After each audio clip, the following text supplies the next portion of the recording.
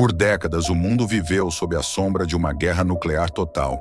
Desde o fim da Segunda Guerra Mundial, a ideia de um líder apertar o temido botão vermelho e lançar seu arsenal nuclear foi tema de filmes, teorias e até pesadelos. Mas hoje, essa ameaça deixou o campo da ficção e pode estar mais próxima do que nunca. Vladimir Putin sabe que seu poder não vem apenas do tamanho do exército russo ou da influência geopolítica do Kremlin. Seu verdadeiro trunfo é o vasto arsenal nuclear que a Rússia herdou da antiga União Soviética. O maior arsenal nuclear do mundo, com mais de 6.000 ogivas capazes de atingir qualquer canto do planeta. A doutrina russa sempre foi clara. Em caso de ameaça existencial à Rússia ou à sua liderança, o uso de armas nucleares está autorizado. E o conceito de ameaça existencial é tão flexível quanto a mente de Putin decidir. Esse é o ponto mais perigoso. Putin pode definir qualquer situação como uma ameaça existencial, se isso justificar suas ações. Mas como seria o dia em que Putin decidiria apertar o botão vermelho? Esse momento não começaria com sirenes ou discursos televisivos. Ele começaria em silêncio, em uma sala fechada em algum bunker subterrâneo, cercado apenas por generais leais e conselheiros de confiança.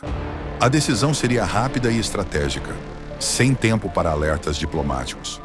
O primeiro passo seria ativar a doutrina Perimeter, conhecida no Ocidente como Dead Hand.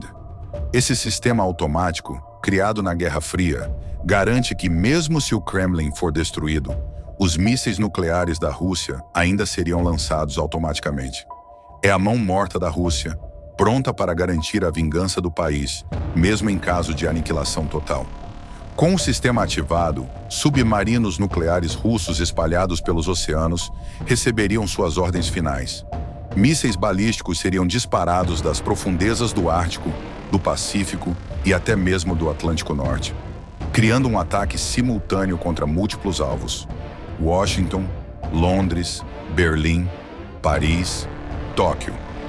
Ao mesmo tempo, os mísseis intercontinentais terrestres seriam disparados de silos espalhados por toda a Sibéria, cada um deles carregando ogivas múltiplas independentes. Ou seja, um único míssil pode liberar várias explosões nucleares sobre diferentes cidades ao mesmo tempo. Cidades inteiras seriam vaporizadas em segundos. A temperatura no ponto de impacto subiria a milhares de graus, derretendo concreto e transformando aço em pó. Ondas de choque varreriam tudo num raio de dezenas de quilômetros, seguidas por nuvens de fogo radioativo que se espalhariam por centenas de quilômetros. Mas o verdadeiro terror viria após as primeiras explosões.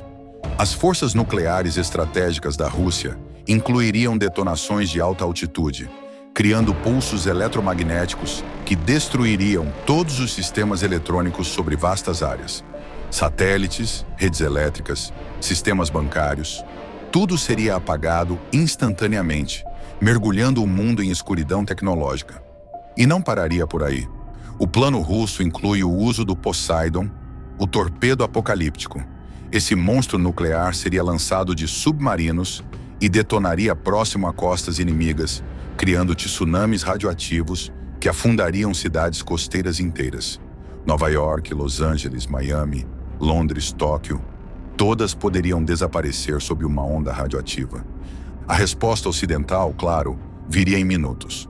Mísseis americanos e britânicos seriam lançados de submarinos, silos e bombardeiros, transformando Moscou, São Petersburgo e os principais centros militares russos em crateras brilhantes. Mas nesse ponto, o planeta já estaria condenado. Os incêndios nucleares lançariam bilhões de toneladas de fuligem para a atmosfera, bloqueando a luz do Sol por meses ou anos. As temperaturas globais despencariam, destruindo safras agrícolas e criando um inverno nuclear. A fome mataria bilhões. Os poucos sobreviventes enfrentariam radiação, doenças e colapso total da civilização. Putin sabe disso. Ele conhece os cenários e tem cientistas militares que simularam cada detalhe. Mas ele também sabe de algo que pouca gente entende. O medo da Rússia de ser humilhada é maior do que o medo da própria destruição. Para Putin, não existe a opção de perder.